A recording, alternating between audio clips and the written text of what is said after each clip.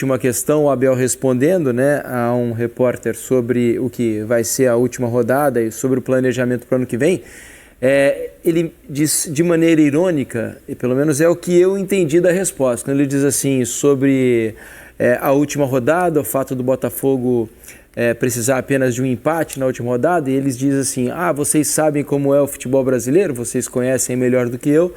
Dá a impressão, pelo menos a mim, deu a impressão dele dizendo que o São Paulo talvez não se esforce muito para vencer o Botafogo ou tirar pontos do Botafogo. Tirar pontos não serve, né? O São Paulo precisa vencer o Botafogo para dar o título para o rival Palmeiras, né? Eu entendi assim. E você, Mansur? Olha, para mim só ficou uma frase solta e mal explicada. Eu espero que ele não tenha se referido a isso. Porque eu acho que por vezes... Aliás, acho que no pré-jogo, e pelo amor de Deus, eu não quero ser mal entendido, eu acho que eu não tenho aqui, eu tenho direito de dar a minha opinião, eu não tenho direito de dizer como os outros devem trabalhar, enfim, não tenho esse direito. Eu, pessoalmente, não gostaria sequer de conversar sobre essa hipótese, porque isso é a deformação completa dos mais básicos valores do esporte. Eu parto do princípio de que nenhum profissional vai fazer isso.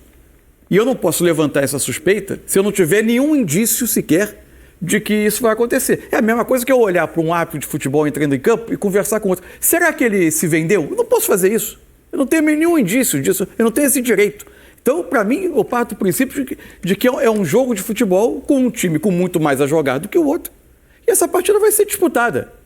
Se emergir algo fora dos padrões, aí a gente passa a comentar. Se houve, da parte do Abel, alguma tentativa de deixar esse tipo de questão jogada no ar, mesmo que na entrelinha, ele estraga uma entrevista que ia magnificamente bem até ali, porque ele fala sobre questões de educação, sobre o estádio vazio, que foi uma cena muito triste que a gente viu em Belo Horizonte, sobre questões de combate à violência, sobre questões de resolver esses problemas estruturais do Brasil em relação ao comportamento do torcedor através da educação. Tudo isso foram ótimas mensagens. Se ele resolveu jogar no ar isso aí, eu acho que ele estraga essa entrevista toda. Espero que não tenha sido isso, não tenho essa capacidade de captar o que ele quis dizer, e acho que precisam ser respeitados todos os profissionais que vão ao campo no domingo, inclusive os do São Paulo, que são homens, são chefes de família, pessoas de caráter, profissionais que,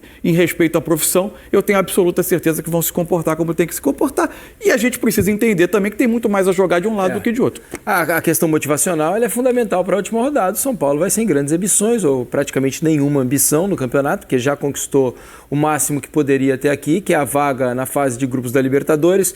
Não pode conquistar nada além disso. Mas a prática nos mostra ao longo dos anos que muitas vezes não há grande esforço de um time premiar um grande rival com uma vitória para dar a esse rival um título, por exemplo. A gente lembra, o exemplo que me vem mais claro na cabeça é aquele Flamengo e Grêmio na última rodada do Campeonato Brasileiro de 2009. É uma absoluta vergonha. Assim, em que quem foi a campo, o Grêmio sequer coloca titulares, dispensa titulares, coloca reservas em campo. Só para deixar claro, para mim quem foi, eu não tenho nenhum indício de que quem entrou em campo não tentou ganhar o jogo. Não, isso agora, não. Institucionalmente, o comportamento do clube em relação àquele jogo é um absoluto desrespeito aos mínimos valores esportivos. Quando você praticamente induz uma situação em que o clube institucionalmente cria uma situação em que torna mais difícil que ele próprio ganhe uma partida de futebol. Ele se prepara para um jogo totalmente diferente do que ele se preparou nas outras 37 rodadas do campeonato. Isso é uma deformação do mínimo valor esportivo. As pessoas devem respeito ao campeonato, ao público, a uma competição que tem 38 rodadas, começa na primeira e termina na 38ª. O que a gente viu em 2009, ali a gente pode dizer, o comportamento não dos profissionais, que foram a campo, os que o clube decidiu mandar a campo, foram fazer o melhor que eles podiam, que era muito menos do que, em tese, poderiam os principais jogadores do Grêmio naquela altura. O comportamento institucional do clube, ali sim, para mim, é vergonhoso. Isso, eu não gosto do uso dessa palavra em futebol, aquilo é um vexame. Eu não consigo qualificar como vexame o sujeito ir a campo, tentar o seu melhor, perder de 7-0. Para mim, é do esporte. Se um comportamento como esse que desvirtua uma competição é um vexame. Você quer saber a opinião do Alex? Porque o Alex esteve em campo, sabe como funciona a pressão da própria torcida para entregar o jogo para o adversário, né? Não que os jogadores façam isso, mas há uma pressão da torcida com a diretoria, para que o elenco não se esforce ao máximo, para não dar um título ao rival. Por exemplo, houve uma campanha da torcida do Flamengo, parte da torcida do Flamengo hoje, para que o Flamengo não vencesse o jogo contra o Criciúma para prejudicar o Fluminense e ajudar no rebaixamento do Fluminense. Mas o Flamengo foi lá, venceu o jogo. Um ótimo exemplo de comportamento. Exato. A gente vai ao intervalo e o Alex, na volta, prometo, vai falar sobre isso. É rapidinho o intervalo, a gente volta já. Porque a gente sabe como funciona o futebol brasileiro e essa questão da rivalidade, que é algo latente e que todo clube passa em algum momento, né? Eu lembro o quanto o Grafite, por exemplo, foi xingado pela torcida do São Paulo quando marcou aquele gol contra o Juventus no Campeonato Paulista, que livrou o Corinthians do rebaixamento. O Corinthians seria rebaixado se o São Paulo não tivesse vencido o Juventus naquela partida. E com um gol do Grafite, o São Paulo venceu o Juventus e livrou o Corinthians de um rebaixamento no campeonato estadual.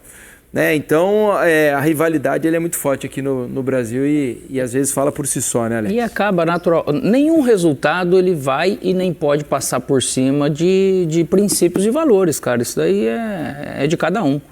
Você que escolha praticamente a pressão que você quer receber, né? Isso é de cada entidade, daquele que está dirigindo esse time, essa equipe nesse momento, mas a pressão externa, ela acontece, juros de morte, uns negócios assim que às vezes você duvida, fala, não é possível, cara, chegar num ponto desse jeito, porque profissionais entrarem para perder um jogo, cara, assim, eu de coração, cara, eu nunca vi. Fala que nunca aconteceu no futebol. Lógico, a gente já ouve histórias e tudo aí. Eu não presenciei estando, né? Que você pode, naturalmente, em algum momento... Quem que vai querer ajudar o rival? Ninguém quer ajudar o rival. Entre as rivalidades, você torce contra. Ainda mais quando a sua vitória não leva o seu próprio clube a nada além do que você já tem. Só que no Brasil também tem uma situação que acho que tudo faz sentido a partir do momento que você encontra um culpado, né, cara? Assim, né? Quem que é? É só isso para fazer sentido. Então, não conquistei os pontos necessários e agora, de repente, na última rodada, pode ser que o culpado pelo título do Botafogo é o São Paulo. Isso aí, na verdade, não existe. Onde o São Paulo, desde o ano passado, não faz uma campanha boa fora de casa de maneira nenhuma. Mas é óbvio que daí depende do que vai acontecer. De que maneira que você vai lidar com esse momento, né? Você ir lá e perder um jogo ou não ganhar, tudo bem, você pode ler. Agora, essa questão de você não levar ninguém, é lógico que daí você vai escolher algo que vem pra cima de você. Sabe qual é? Vou te dizer aqui, vou antecipar, não sei se vai acontecer, não tenho nenhuma informação nem nada disso. Sabe como a desculpa pronta para, por exemplo, não fazer um jogo à vera contra o Botafogo? Antecipar as férias dos jogadores, né? Pensando, vai falar, tem um calendário difícil para a próxima temporada, o Campeonato Paulista vai começar mais cedo, então o São Paulo decide institucionalmente dar férias mais cedo aos seus principais jogadores para de repente voltar mais cedo lá. Não vai conseguir explicar e justificar, né? Vai arrumar um problema realmente ainda maior. Já houve aqui no Brasil algo assim. Isso a gente fala pelo julgamento dos outros, então aí a escolha realmente ela é de cada um, mas de verdade, eu nunca vi isso. De derrubar treinador e de o cara ir pro jogo e falar, não, eu vou perder, eu vou fazer gol contra. Aí realmente é um absurdo, o julgamento ele vai vir de acordo com a sua atitude dentro de campo, né? Lembrando que o Palmeiras também enfrenta um rival, né, do Botafogo, o Fluminense. A diferença é que o Fluminense pode precisar de pontos na última rodada, dependendo do que vai acontecer amanhã. Né? Porque a tabela diz o seguinte, amanhã o Fluminense pode se livrar matematicamente do rebaixamento. Para isso, ele precisa vencer o seu jogo contra o Cuiabá, certo? Estou até abrindo aqui para não falar nenhuma bobagem. Se ele vencer o seu jogo contra o Cuiabá amanhã, ele vai a 43 pontos e vai precisar que o Atlético Paranaense pelo menos empate com o Bragantino. Se o Atlético Paranaense em casa empatar ou vencer o Bragantino e o Fluminense vencer o Cuiabá, acabou. O Fluminense está livre do rebaixamento e não precisa de nada na última rodada. O Palmeiras, por sua vez, fez a sua parte hoje diante do Cruzeiro. A gente já mostrou a entrevista do Abel Ferreira falando sobre esse jogo. E o Vilani, o Alexandre Losetti e o Fábio Júnior transmitiram esse jogo no Premier e trazem detalhes para a gente a partir de agora. Chega mais, Guga! Grande Diniz, amigos da mesa, amigos do Troca de Passes. Foi daquele jeitinho, coração quente, cabeça fria, coração quente, né? Que o Palmeiras venceu de novo com o garoto Estevão, de apenas 17 anos, decidindo, para mim, o craque do campeonato, não sei para vocês. 2-1 para o Palmeiras, placar final. A decisão na disputa do título fica adiada para a última rodada. O Cruzeiro, por sua vez, se atrapalha na briga por Libertadores, porque vai ter que vencer o Juventude fora de casa e depende ainda do que vai fazer na rodada o Bahia contra o Atlético Goianiense, já rebaixado. Tenho aqui esses dois craques, gente. Fábio Júnior, Ale Losetti, a partir de agora para análise da vitória do Palmeiras 2-1 em cima do Cruzeiro. Começo por você, Fábio Júnior. Olha só, foram 29 finalizações do Palmeiras contra 9 do Cruzeiro, amigo. Olá.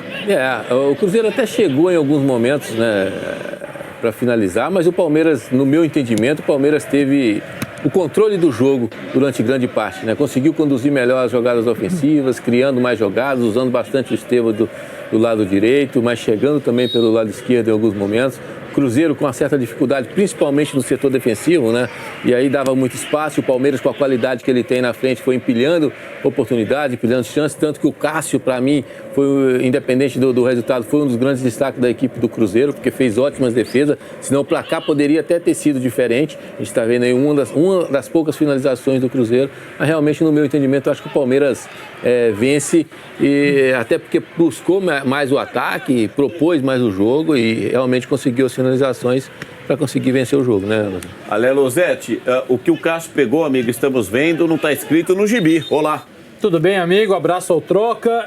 Principalmente no primeiro tempo, aquela defesa que a gente viu ali, a queima-roupa do Estevão, né? O cruzamento e o chute do Estevão. Foi muito impressionante, assim como foi impressionante. Esse é o gol do Cruzeiro, né? Marlon pro Matheus Pereira, tacada de sinuca, como você muito bem narrou. Muita categoria no chute. Gol que se origina de um passe errado do Aníbal pro Giai. Os dois sairiam minutos depois. O Abel ficou irritado. Mas eu dizia que eu fiquei impressionado como o Cruzeiro se defendeu mal.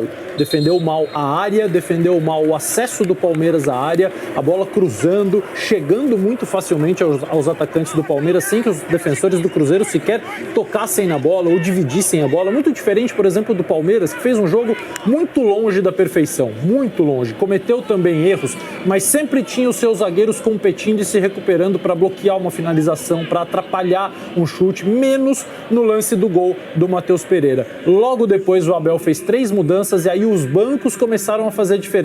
Entraram no Palmeiras jogadores muito mais prontos, bem informados, já com capacidade de decidir um jogo ou de virar um jogo, como o Maurício, que fez o gol na jogada do Richard Rios. O Palmeiras começou a atacar com os 2 laterais, o Mike e o Vanderlan, depois o Caio Paulista, com um trio de meio campo que tinha Richard Rios, Veiga e o Maurício, mais os 2 atacantes, Estevão e Lopes. Era muita gente chegando. O Palmeiras retomou o controle e o Cruzeiro não foi capaz de sair, não é nem de uma pressão, mas do domínio, da posse de bola. Ficou um Cruzeiro muito espaçado no final, tentando atacar com alguns jogadores, defendendo com outros, sem meio campo, e o Palmeiras chegando, mas finalizando mal, concluindo mal as jogadas até o lance que determina qual é a prateleira de cada jogador, Guga. Um lance em que um garotinho de 17 anos vai pegar a bola, vai dar um beijinho, como você antecipou, e vai dar um chute magistral no ângulo, manter o Palmeiras vivo nessa disputa. Não foi um jogo bem disputado, mas foi um jogo muito emocionante, com muitas possibilidades, aberto, e que o Palmeiras, acho que até pela pressão externa, do senso de urgência e de um ambiente estranho, sem torcida, errou muito, mas saiu vitorioso com mais esse golaço, para mim, do craque do campeonato. Esse é o detalhe, o beijo na bola, a conversa com a menina, com toda intimidade. E que batida. Olha a alavanca, amigos do Troca, que ele faz. Até perguntei para o Fábio Júnior se o Cássio demorou para reagir, apesar do ótimo jogo que o Cássio fez. Fábio Júnior entendeu que não, que foi muito mais mérito do garoto Estevão. Por outro ângulo, na Golcam, a câmera de dentro do gol, nem jogando a luva, viu? 2 para o Palmeiras, placar final, 1 para o Cruzeiro. E aí, num campeonato de Gerson,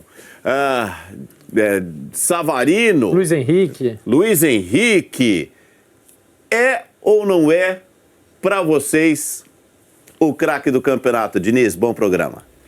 Valeu, Guga. Muito obrigado. Para mim, é o craque do campeonato. Estevão é o craque do campeonato. E para você, Mansur? Eu tô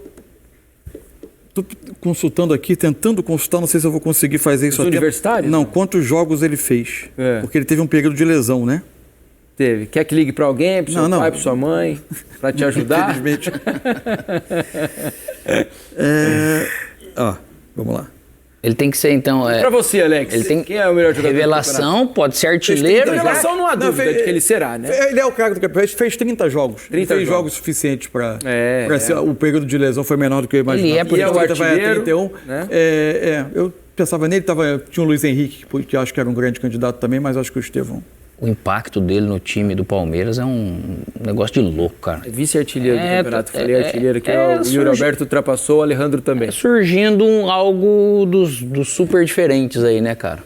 Espetacular esse moleque, a batida na bola é linda, né? Ele faz um gol. A gente tem uma imagem também do Rony no banco de reservas. Ele não desceu para o vestiário, né? Ele não desceu para o vestiário no intervalo, ficou sentado ali no banco, meio sozinho, meio cabisbaixo.